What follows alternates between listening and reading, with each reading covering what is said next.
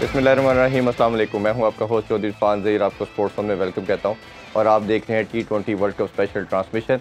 आज इस world cup का one of the best match कहना चाहिए तो बिल्कुल गलत ना होगा। वेस्ट इंडीज़ और साउथ अफ्रीका के दरमियान खेला गया और साउथ अफ्रीका ने 3 विकेटों से विक्ट्री अपने नाम की और सेमीफाइनल में उन्होंने जगह बना ली।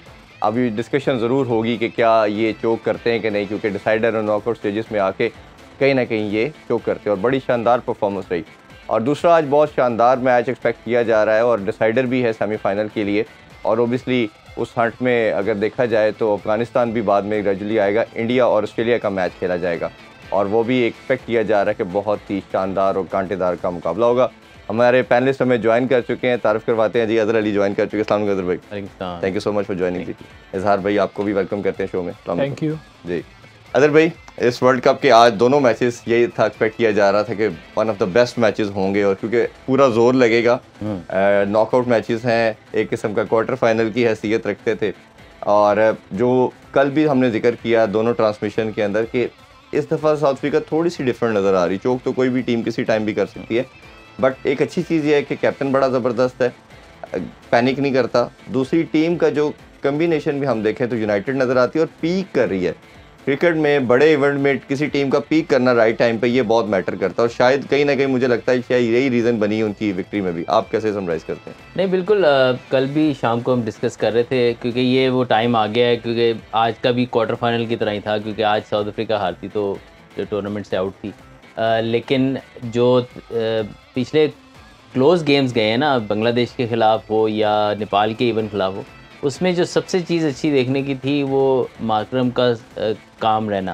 क्योंकि इंग्लैंड के ख़िलाफ़ भी इवन जब ये डिफेंड कर रहे थे तो एक ओवर मेरे ख्याल 18 का लगा और एक 20 का लगा, तो फॉर बैक टू बैक।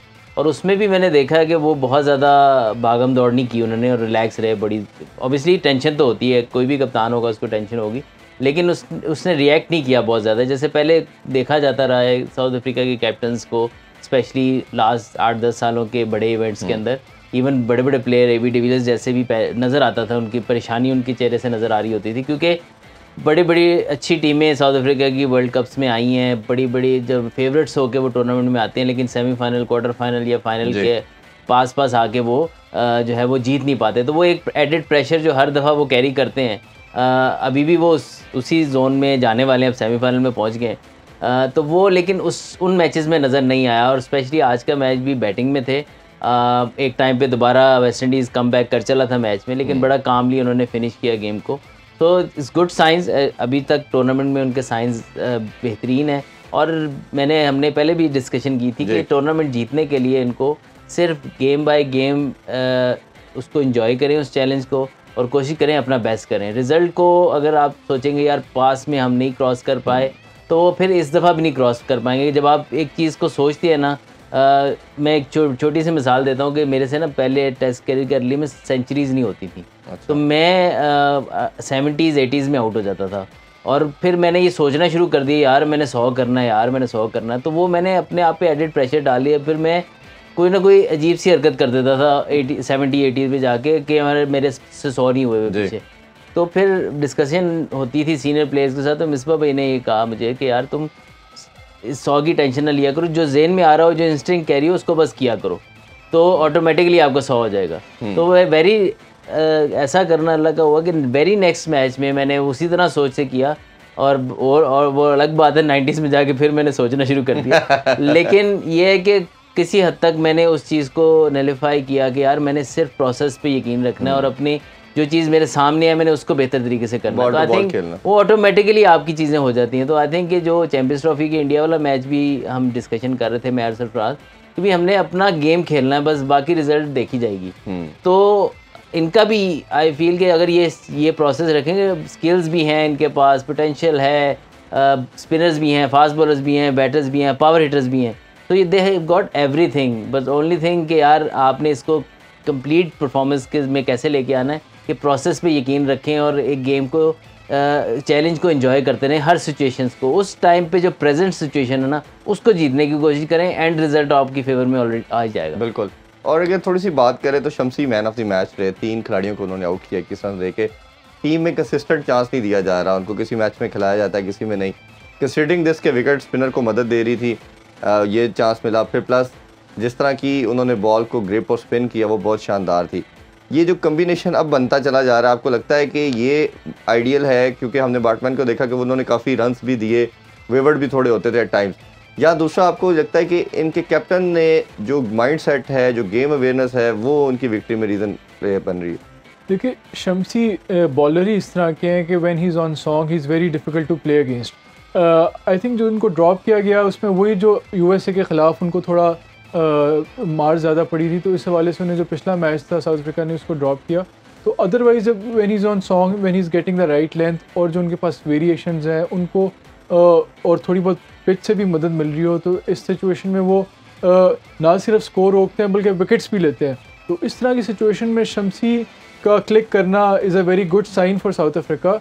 लेकिन चैलेंज ये है कि क्या वो इस तरह की परफॉर्मेंस जो उन्होंने कल वाले मैच में दी उसको वो कंटिन्यू करेंगे आगे टूर्नामेंट में, कि सेमीफाइनल में या फाइनल तक जाते हैं तो उसको कंटिन्यू कर सकते हैं, कंसिस्टेंटली कर सकते हैं कि नहीं। तो एक तो ये चीज़। दूसरा मुझे लगता है कि जो साउथ अफ्रीका की ये टीम है, शायद जितनी इनकी पास्ट में टीम्स रही हैं उतनी स्किल वाइज या टैलेंट वाइज उतनी अच्छी नहीं है जितनी इनकी माजी की टीम्स रही हैं, जिसमें ए बी डिविलियर्स थे या फाफ डू प्लेसी थे या बॉलिंग में भी बेहतर प्लेयर्स थे, या उससे पहले जाते हैं जब हैंसी क्रोनिये थे या लांस क्लूजनर थे, शॉन पॉलक थे। उससे अगर कंपैरिजन करें तो उतनी ज़्यादा स्किल वाइज ये टीम उनके कैलिबर के भी मैं समझता नहीं है। लेकिन जो इनके अंदर ग्रिट है, रेजिलियंस है और कामनेस अंडर प्रेशर है, वो अभी तक तो इस टूर्नामेंट में इनको एप्टमाइज़ किया है, उन्होंने इस चीज़ को एप्टमाइज़ किया है। अब मेरे ख्याल में डिसाइसिव मैच था सवाए श्रीलंका के मैच के जिसको इन्होंने श्रीलंका को डोमिनेट किया, उसके अलावा जितने भी इनके मैचेस हुए इस टूर्नामेंट में वो बड़े नेक टू नेक गए हैं। 6 में से 4 मैच इनके इसी तरह ही लास्ट मोमेंट पे आए, नेक टू नेक ही गए हैं। चाहे श्रीलंका वाला मैच था जिसको इन्होंने डोमिनेट किया, उसके अलावा नेपाल था, नेदरलैंड्स का, जितने भी मैचेस थे, बांग्लादेश के भी था, वो टाइट गए हैं। कोई बहुत इन्होंने ओवरली डोमिनेट नहीं किया किसी टीम को। उससे एक तो इनके अंदर रेजिलियंस आ गई, इस टीम के अंदर बैटल हार्डन हो गए हैं। टफ सिचुएशन जब निकल के जब आप डोमिनेट करके जीतते हो तो शायद इस तरह आपका नर्व्स आप टेस्ट नहीं होती, लेकिन जब आप इस तरह के टाइट मैचेस होते हैं तो आपकी कंटिन्यूसली जब आप अपने आप को नर्व्स को टेस्ट कर रहे होते हो तो इससे आपका आप अंडर प्रेशर कैसे परफॉर्म करते हो ये चीज़ रिफाइन हो रही होती है। तो इस टूर्नामेंट में साउथ अफ्रीका को ये एडवांटेज मिला है। मुझे ताजुब इस बात पे आता है कि वेस्ट इंडीज़ ने रॉस्टन चेज को पहले ओवर क्यों नहीं दिया। वो जब उनको मैच का 12वां ओवर दिया गया और 17 ओवर का मैच था, उस पर भी उन्होंने 3 ओवर्स कराए, 12 रन में 3 विकेट्स ली। अगर वो उन्हें पहले गेम में लेके आते तो शायद वो ज़्यादा प्रॉब्लम्स क्रिएट कर सकते हैं साउथ अफ्रीका के लिए। साथ ही साथ मैं समझता हूँ जो इस साउथ अफ्रीका की इनिंग्स में जो डिसाइसिव ओवर था, वो जो मोती को क्लासन ने 20 रन किए हैं, उससे पहले साउथ अफ्रीका वेस्ट इंडीज़ कहीं ना कहीं गेम में दे वर इन द गेम, लेकिन उस ओवर में वो मेरे ख्याल 7वां ओवर था, उससे पहले 7वां या 8वां ओवर था, 50 रन चाहिए थे, 50 रन पे थी साउथ अफ्रीका।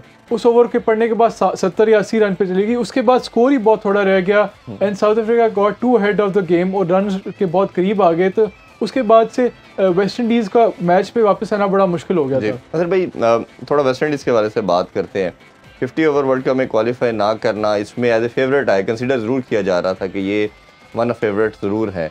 और जिस तरह की अच्छी क्रिकेट खेली उन्होंने, एंड में आके सुपर 8 में कहीं ना कहीं थोड़ा सा स्ट्रगल किया उन्होंने, but as far as the performance concern तो परफॉर्मेंस उनकी अच्छी थी। कैप्टन ने बड़ी स्ट्रॉन्ग बात की पॉल ने, उन्होंने पोस्ट मैच प्रेजेंटेशन में कहा कि हम कंसिडर कहीं नहीं हुए, जिस तरह 50 ओवर वर्ल्ड कप में क्वालिफाई नहीं किया, कोई बात नहीं कर रहा था, अब सब बात कर रहे थे कि वेस्ट इंडीज़ है।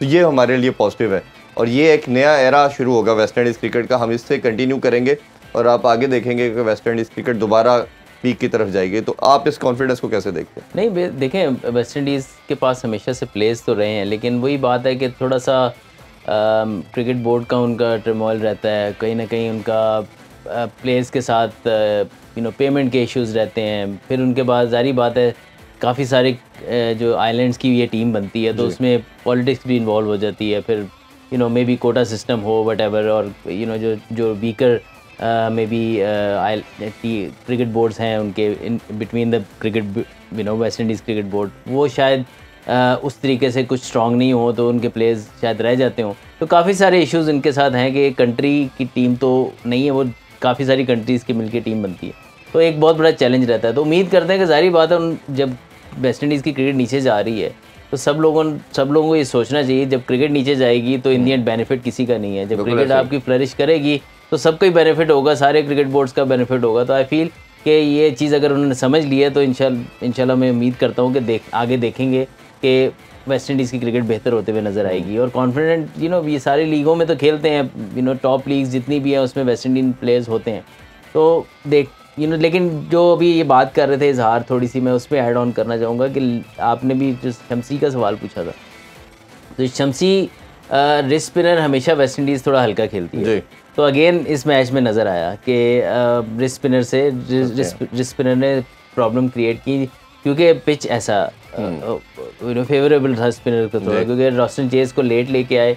कोई भी फैक्टर हो सकता है कि वो राइट हैंडर्स हों, उन्होंने कहा होगा यार इसको पढ़ सकती हैं, तो लेफ्ट आर्म स्पिनर को उन्होंने चूज़ किया हो, लेकिन उसको भी लग गई।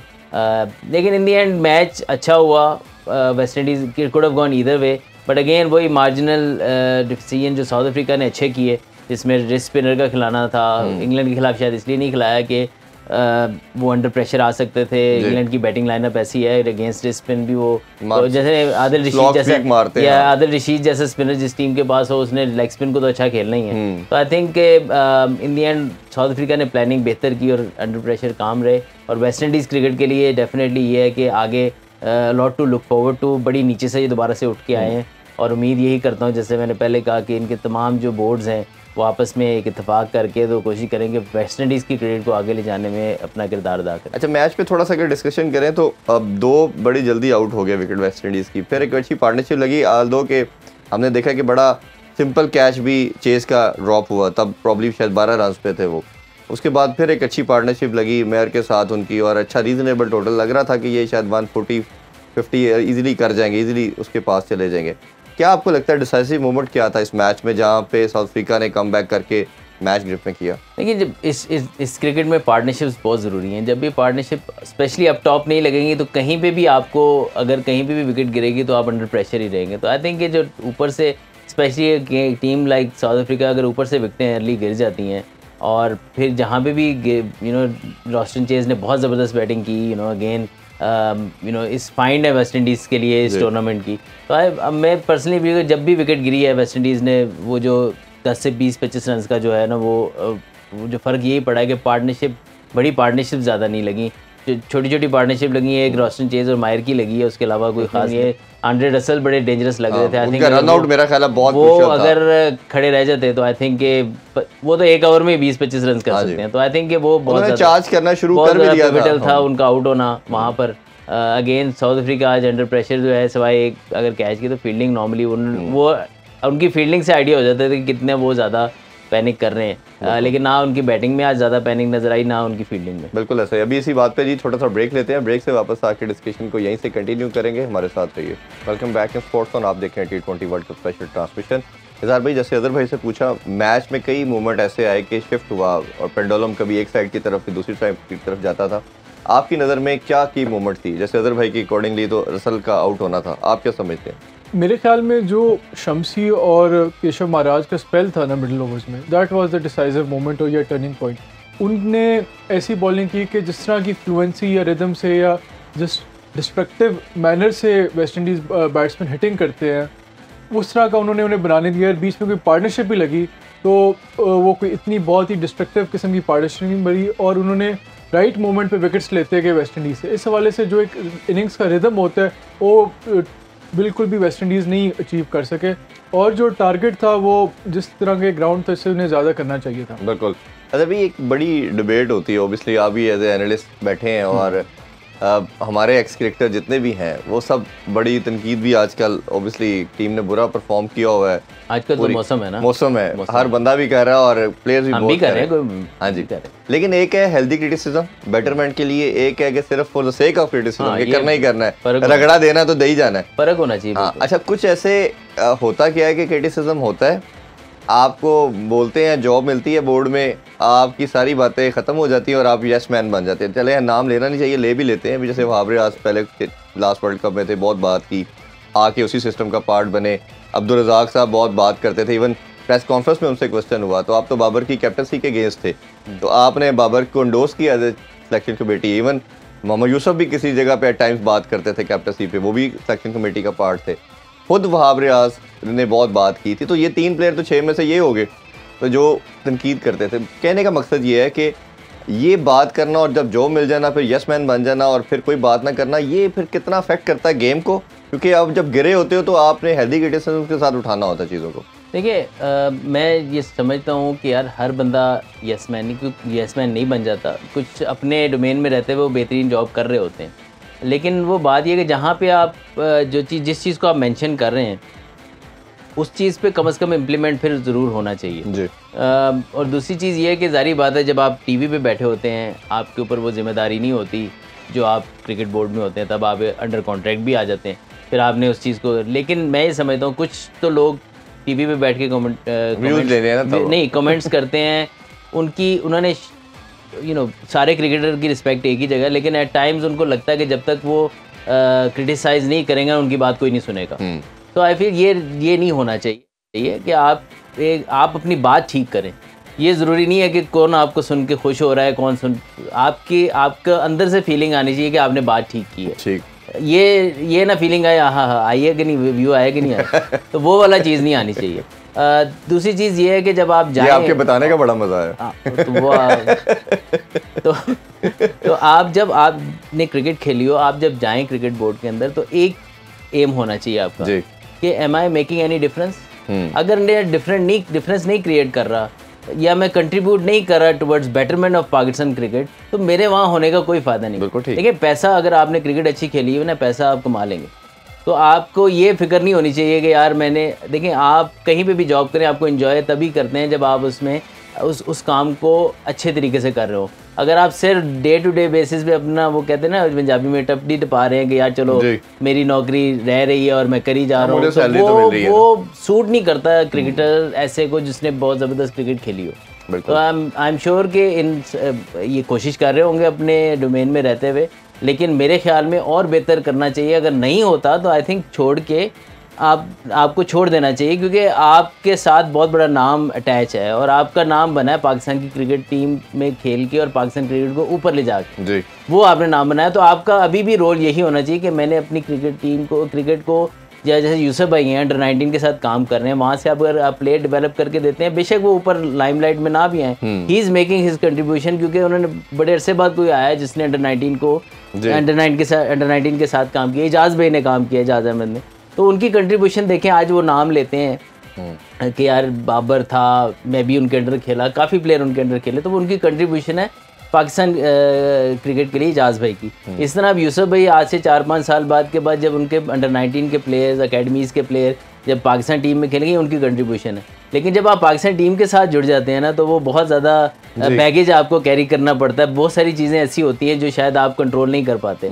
तो आई फील कि आप उस जगह ही काम करें जहाँ आप फुली तौर पे कंट्रीब्यूट कर सकें और जहाँ पे आप पे बहुत ज़्यादा बर्डन ना आए, क्योंकि कई चीज़ें होती हैं आपको फिर अकोमोडेट करनी पड़ती है। अकोमोडेट नहीं करना चाहिए ऐसे प्लेयर्स को जो ऑलरेडी नाम इतना सारा कमा चुके हों। बिल्कुल ऐसे ही किसी को भी नहीं करनी चाहिए, लेकिन स्पेशली उन लोगों को जो टीवी पे बैठ के बात भी करते रहे और उनके नाम है क्रिकेट की वजह से, वो क्रिकेट को सर्व नहीं करेंगे सही तरीके से, तो फिर उनका फ़ायदा नहीं। ये सेम बात हम हॉकी के लिए भी करते हैं कि ओलंपिक जब भी बात करते हैं तो टीवी पे एक दूसरे को क्रिटिसाइज़ करते हैं, बेटरमेंट के लिए इकट्ठे नहीं बैठते। अभी ये समहाउ क्रिकेट के साथ भी एसोसिएट होना शुरू हो गया, क्योंकि वन स्पोर्ट नेशन है, पूरी नेशन क्रिकेट पे बात सुनना भी चाहती है, देखना भी चाहती है, और जिस तरह हर चैनल पे ट्रांसमिशन भी हो रही है।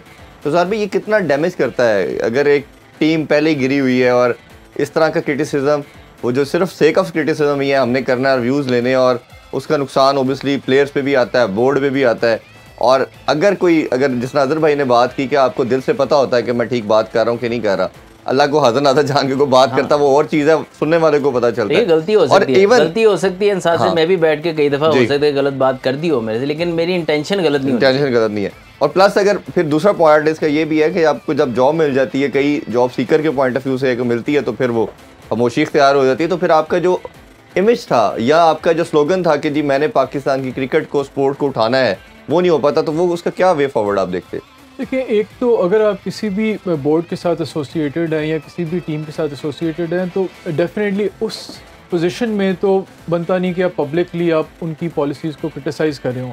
विद इन मीटिंग्स, जो अंदर जो मीटिंग्स होती हैं, विद इन मीटिंग्स या आप हायर मैनेजमेंट से विद इन जब आप उनसे डिस्कशन करते हैं उसमें हो सकता है जो हमारे खिलाड़ी हीरोज़ एसोसिएटेड हैं बोर्ड के साथ या टीम के साथ, वो अपना डिसएग्रीमेंट भी और अपना व्यू भी बड़ा स्ट्रांगली देते हो। इस सिनेरियो में अगर नहीं भी देते हो तो मेरा ख्याल है कम से कम उन्हें जो अपना व्यूज़ हैं या अपनी डिसएग्रीमेंट हैं या अपना जो चाहते हैं कि चेंजेस होनी चाहिए या कोई चीज़ गलत हो रही है उस पर उनके ऑब्जेक्शंस हैं, उसको एटलीस्ट अपने विद इन जो मीटिंग होती है बोर्ड के अंदर हायर मैनेजमेंट के साथ उसमें बड़ा स्ट्रांगली एयर करना चाहिए।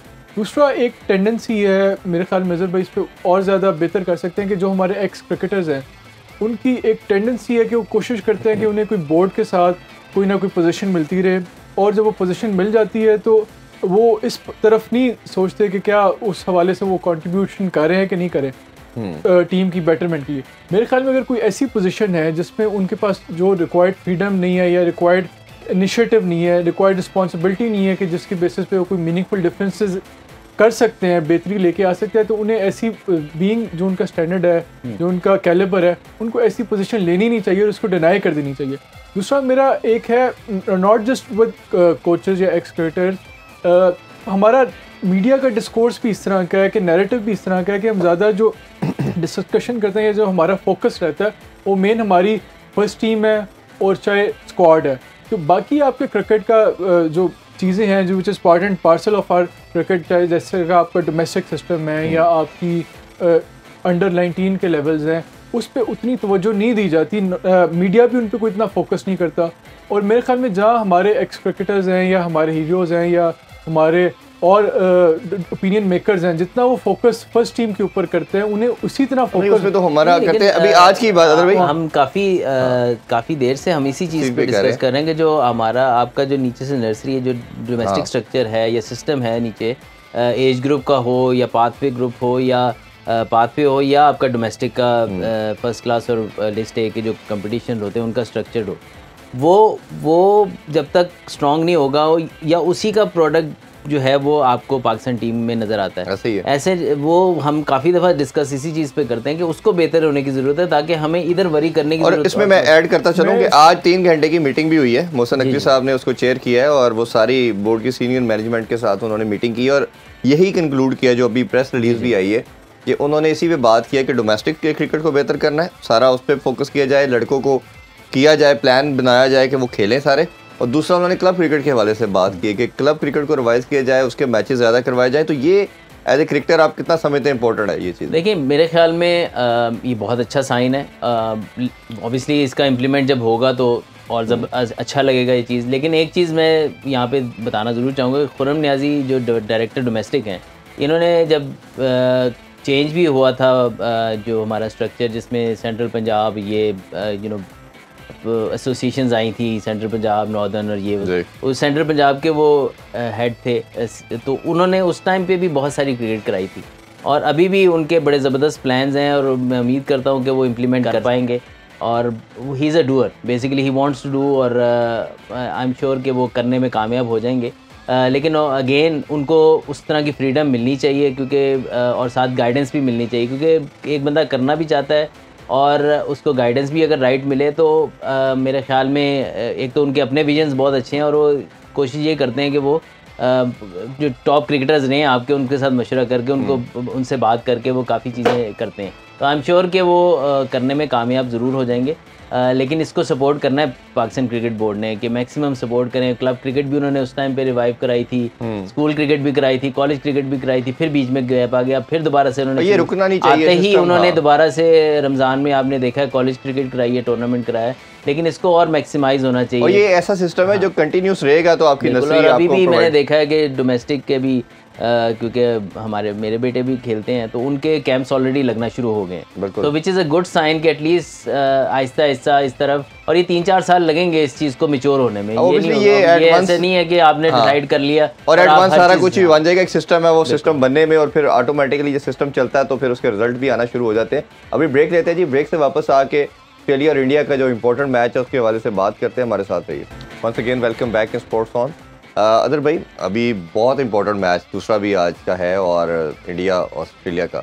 ऑस्ट्रेलिया ओबियसली जिस तरह आपने भी पहले कहा कि वो एक ज़ख्मी शेर की तरह वो आएंगे, वुंडेड हैं ओबियसली, उन्होंने अटैक करना है और उनकी अप्रोच भी यही है। और हमने कल भी ये बात की कि इंडिया वो साइड है जिसको शायद हमें लगता है कहीं ना कहीं अगर वो किसी से स्केर्ड कहना चाहिए या रोकती है वो ऑस्ट्रेलिया है, तो क्या दोनों की अप्रोच होगी? ऑस्ट्रेलिया ओबियसली बड़े मार्जिन से कोशिश करेगा जीतने का ताकि रन रेट की दौड़ में भी वो ऊपर है। इंडिया का सिर्फ यही कोशिश होगी सिर्फ जीत जाए। तो कौन सी टीम आपको फेवरेट लगती है? देखिए दोनों टॉप की टीमें हैं और इवन दो अफ़गानिस्तान से ऑस्ट्रेलिया हारी है, बट ऑस्ट्रेलिया को वर्ल्ड कप में जब मस्ट विन गेम्स होते हैं तो ऑस्ट्रेलिया का जो कि जिसको कहते हैं ऑस्ट्रेलिया अपने असल रूप में आ जाती है। तो मुझे लगता है कि मैच बड़ा कांटेदार होने वाला है। अगर ये कहें कि मुझे लगता है ऑस्ट्रेलिया को सिर्फ ये मैच जीतना है। अगर वो बहुत ज़्यादा ओवर करने के तो यू नेवर नो। और विकेट सेंट लूसिया का अच्छा होता है, बड़ा टोटल करने में काम आ सकता है, लेकिन मेरे ख्याल में उनको फोकस करना चाहिए। ये बहुत ज़्यादा इमेजिन ना करें कि बांग्लादेश कल क्या करेगी, जो अफ़गानिस्तान कितने मार्जिन से बांग्लादेश को हरा लेगी। आई थिंक कि इंडिया जैसी टीम के अगेंस्ट आप बहुत बड़े मार्जिन से जीतने जाओ तो आपको मैच आपके अगेंस्ट भी जा सकता है। तो I think but just play do the process match जीतने के लिए, और अगर आपको अपॉर्चुनिटी मिले तो ऑस्ट्रेलिया कोशिश करे कि थोड़ा बड़े मार्जिन से जीत जाए। और बड़ा margin against India 30-35 run is a very decent margin. और अगर आप इतने रन से या अगर 1.5-2 ओवर पहले स्कोर कर लेते हैं तो that is enough in T20 cricket. और फिर अफ़गानिस्तान को भी डिसेंट मार्जिन से जीतना पड़ेगा अगेंस्ट बांग्लादेश। आई थिंक कि अच्छा मैच होगा, दोनों टीमें एक दूसरे को मार सकती हैं। एज वर्ल्ड कप में जाके जो स्मॉल मार्जिन की बात आती है ना, तो वो ये इस तरह के मैचेस होते हैं, इनमें स्मॉल मार्जिन की गेम है कहीं जिसको भी जो भी कैपिटलाइज कर गई वो जीत जाएगी। बिल्कुल। अज़हर भाई आपका क्या टेक है कि ओबियसली दोनों ने एक मस्ट विन सिचुएशन में आ चुकी हैं, आल दो एक पॉसिबिलिटी फिर भी रहेगी कल का मैच भी दोनों टीमें देखेंगी क्या बनता है, बट एक स्केयरनेस तो है कि अफगानिस्तान कुछ भी कर सकती है। बड़ी अनप्रडिक्टेबल परफॉर्मेंस उन्होंने ज़बरदस्त किस्म की दी है। क्या अप्रोच होनी चाहिए? सेंट लूसिया की जो पिच है वो मुझे लगता है कि अच्छी बैटिंग विकेट है, जितनी भी वेस्ट इंडीज़ की हमने पिचेस देखी बड़े हाई स्कोरिंग रन होते हैं। क्या आपके ख्याल में जो टीम टॉस जीतेगी वो पहले बैटिंग करेगी या बॉलिंग, क्या अप्रोच हो सकती है? देखिए जो हाई स्कोरिंग गेम होती है, जो हाई स्कोरिंग ग्राउंड होता है, उसमें तो डेफिनेटली आप प्रेफर करते हो कि पहले बॉलिंग करो, क्योंकि इस तरह के ग्राउंड पे एग्जैक्ट टोटल क्या होगा वो असेस करना बड़ा मुश्किल होता है। तो कंडीशंस के हिसाब से वो फिर जब आप पहले बैटिंग करते हो तो आप जब कंडीशन असेस करते हो तो आप कई दफ़ा एक्यूरेटली प्रिडिक्ट नहीं कर पाते कि कितना इस ग्राउंड पे टोटल होना चाहिए। तो टीम तो प्रेफर करेगी कि पहले बॉलिंग करे। रही बात कि किसके ज़्यादा चांसेस हैं, मेरे ख्याल में जो ऑस्ट्रेलिया की डिफ़ीट है अफ़गानिस्तान के ख़िलाफ़, उससे उनका काफ़ी हद तक कॉन्फिडेंस शैटर हुआ होगा। और उसी को मैं समझता हूँ कि जो उनका कॉन्फिडेंस शैटर हुआ है ऑस्ट्रेलिया का, उसी के ऊपर जो इंडियन बॉलिंग है वो प्ले अप ऑन करेगी। जो इंडियन बॉलिंग है वो भी बहुत ही स्ट्रॉन्ग है इस टूर्नामेंट की, one of the best bowling lineup है। और ऐसे उनके पास फास्ट बॉलर्स भी बहुत अच्छे हैं। Bumrah is in the form of his life. और स्पिनर भी कुलदीप यादव बड़ा उनको स्लॉट इन किया जब से वेस्ट इंडियन लेग शुरू हुई है इस टूर्नामेंट की। तो मुझे लगता है कि ऑस्ट्रेलिया के लिए इंडिया को हराना मुश्किल होगा और इंडिया उनको बासानी ऑस्ट्रेलिया को हरा लेगा। जी, ये तो देखते हैं कौन सी टीम जीती और सेमीफाइनल में क्वालिफाई करती। बहुत शुक्रिया जी आप दोनों का। इंशाल्लाह आप लोगों से रात 11 बजे शो टाइम विद रमीज़ राजा में मुलाकात होगी। अपना बहुत सा ख्याल रखें। अल्लाह हाफिज़। पाकिस्तान जिंदाबाद।